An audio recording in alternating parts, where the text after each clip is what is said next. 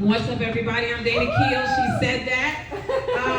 You guys, I'm so excited to be in Santa Barbara. I don't get out here often, but I will say this. So often when I'm on fantastic lineups, all women, I am always your only African-American female Gen Xer, making me your oracle from the Matrix, right? There is no spoon. I am a Gen Xer, and it can't be overstated. I probably will, but it can't be. I think the question always is, how do you know Gen Xers? You know us because we love 90s golden era hip hop. Yeah. Right, but we still need reading lessons to check our mail. You know what I'm saying? Biggie, can't you see? Somehow these words just hypnotize me, and y'all, the font on my phone looks like this. Right here. This is what I need to see. Anybody else know what I'm talking about? I'm not the only person, yes, you know. Y'all like, oh, I thought I heard music. Oh, I did hear music. Okay, it's outside. Got it. That's how it is, y'all. Just so y'all know, like when you can hear everything. Your hearing gets so keen up here. Everything catches your attention. Traffic. We drove down from LA, or drove up from LA, right?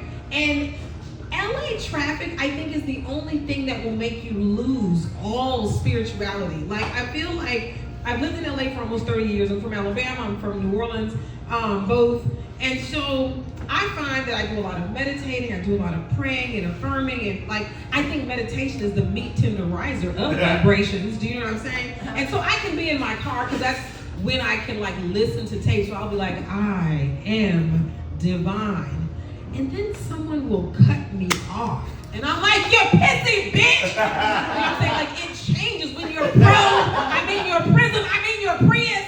I am peace. Do you know what I'm saying? And you just go right back. I mentioned I'm a Gen Xer, so I'm 56. Thank you. You better clap. I wear sunscreen in the rain and light. You know what I mean? I'm trying to protect this black don't crack. You know what I'm saying? These are my reparations. One thing I noticed living in Los Angeles, because when I go to Alabama and other parts of the country, they don't say this, but in LA, the Gen Z folks will say that it is their Jordan year when they turn 23, Michael Jordan, right? And the millennial folks will say it is their Jesus year when they turn 33. And I'm like, well, what is it when you turn 56? Do you know what I'm saying? What year is that? If you're a New York Giants fan, old school, Lawrence Taylor wore the jersey 56 for years. Right? Oh, you said no? Okay. But I just thought about my heroes. I mentioned Harriet Tubman in the form that I am Harriet Tubman in the former life. I told her to say that. But y'all, Harriet Tubman was 27 when she escaped slavery and started freeing other slaves. Like, it just makes me feel like, what the fuck was I doing in my 20s? You know what I'm saying? Giving blowjobs, fucking, you know what I'm saying? Right? And then, like, Rosa Parks, another one of my heroes, 42, when she got us off the back of the bus. Like, 40's a little older. But if that's the case, my Tubman year is gone, my Rosa Parks year is gone. Y'all, one of my favorites, Shirley Chisholm, was 48 when she ran for president of the United States. She, tried to secure the nomination. But that would also make my Chisholm, my Parks, my Tubman year all gone. But I realized, and I am a math teacher, that if you take 23 Jordan and you add that to 33 Jesus, together they make 56. Right? Making it my Jesus and my Jordan year combined. But that also means that next year's my Heinz 57 year, like it doesn't stop. This is the other thing I discovered when you get up here and you start experiencing all these amazing birthdays. There are things you can't do. It does become a little limited. I'm a mom, but of the things you can't do, there are two that I'd like to talk about. First, you can't fall. Y'all are young in here, but you cannot fall over 50. You can't fall over 55.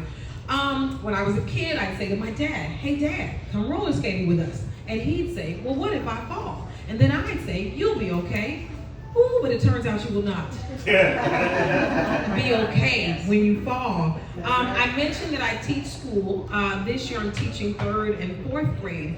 You guys, I had a 3rd grader call me a scallywag with no edges. And of course, for the white folks in the room, that means that, you like right here, the temples. We say edges in the black community. But she said I was a scallywag with no edges. So my friend, little girl, had hit a boy, so I grabbed her to keep her from hitting anyone else. Now keep in mind, 8th graders have something that 56-year-olds don't. They have speed and agility, and things that we have outgrown. Y'all, she shook loose from me. I dropped to the ground on this right knee. Ooh, my goodness, it hurt so bad. Back to the white meat, as we've heard said before. Literally, when I pulled back my pants, like it was like a fabric burn. So I go to my Gen Z coworker, and I was like, you know what? This thing has started like buzzing and itching. And she goes, well, that's arthritis. Y'all just get that. I said, no, we don't just get that. We are not at the bar requesting arthritis gin and juice, please. You know what I'm saying? Not reading glasses Pinot, not menopause juice and gin, and certainly not HBP, and that would be high blood pressure for the young folks in the room. Not high blood pressure edibles. We want CBD edibles like everybody else. We don't want pill caddies. We don't want the kit either. We're not trying to get old out here, I'm just saying. Much was said about sex and blowjobs, or maybe just one mention that's in my head. Because here's the thing, blowjobs, we don't have to do them anymore in our 50s, like 60. Let me just say this: 60-year-old fuckboys matter, and this is why, because they don't care about blowjobs. Anyway, I digress, or I progress. But the other thing you cannot do at 56 is be a hoe. And let me tell you why you can't be a hoe. How do I say this? Black may not crack. This is true. But it grays. And gray hair is gangster.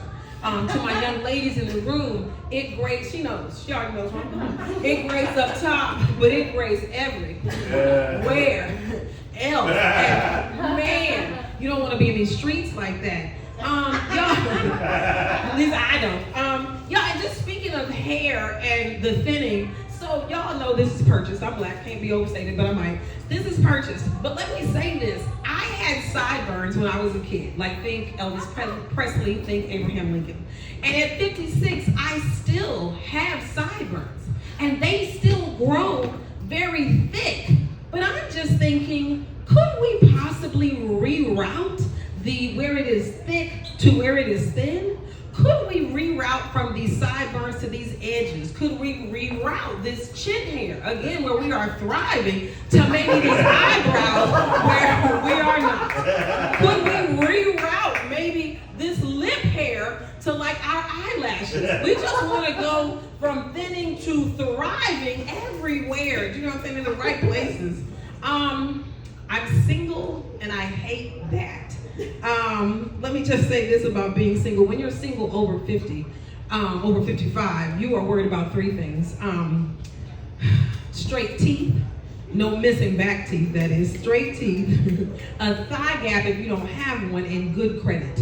Because these are the things that you need to slay a partner when you get over this age. Do you know what I'm saying? Because I don't know that anybody cares about this 56-year-old wop. I'm just saying. I don't know that anybody cares. Like I have aged out of being trafficked or kidnapped for these goods. Do you know what I'm saying? What else? Y'all, I recently realized something, and how, tell me you're single without telling me you're single. Y'all, bras and tires turn out to be the same type of purchase for me on a need to replace basis. Do you know what I'm saying? Like, I don't have a boyfriend or a husband. No one's funding all of this fantasticness you see here. And literally, like, I realized one day that I just replace tires one by one as they tear up, and it's the same for bras. They don't make me feel sexy or anything like that.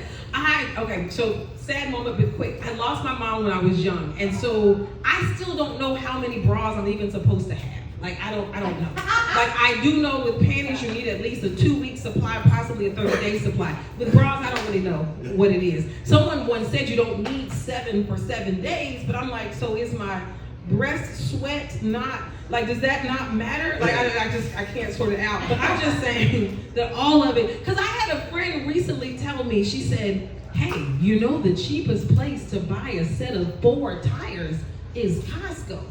And I said, hey, I've never bought a set of 4 tires at one time in my whole life. You know what I'm saying? So bras and tires turn out to be the very same thing for me. you were who was it? No, you were talking about. I love when you talked about being a PhD in it was feminist studies. I'm not gonna. I'm gonna mess it up from up here. I'm gonna mess it up, so you don't have to repeat it. I know it, but it's up here anyway. And you said that now all your bosses are 20, and they're 20s in the C-suite. But at 56, when I decided to do gig work, like I'm a teacher by trade. Oh my God, too many sidebars, competing thoughts. You guys, typing is coming back. Just as people are so worried about what we don't teach anymore. But typing is coming back because they want high test scores. So now I have third and fourth graders that jump on a platform called the Typing Club to be better typers. So for everyone who was worried that no one knows how to type, they are learning how to type. Like next is cursive writing. As soon as we master this, I'm going to get cursive back.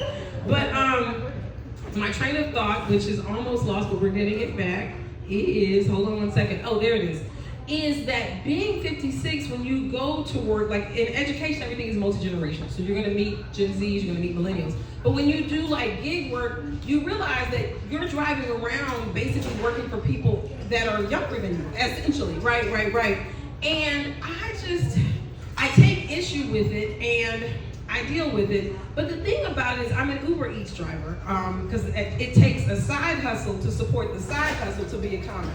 So Uber Eats supports teaching, teaching supports comedy. But y'all, the demands are too much. And I just want to give you all some rules for the road and for getting your food if you ever see me on your app, if you want your food. Let me just say a couple things to all of y'all. Rule number one, if you are healthy in your apartment and you are under 30 and you live between the third and the first floor and you are not giving care or being cared for and you are not on chemo, come on down and get your food. Just come on down. Because by the time you all send me like 5 texts to tell me exactly how to get to you, first of all, none of you live by the steps or by the elevator. You live in a labyrinth. You live in the matrix.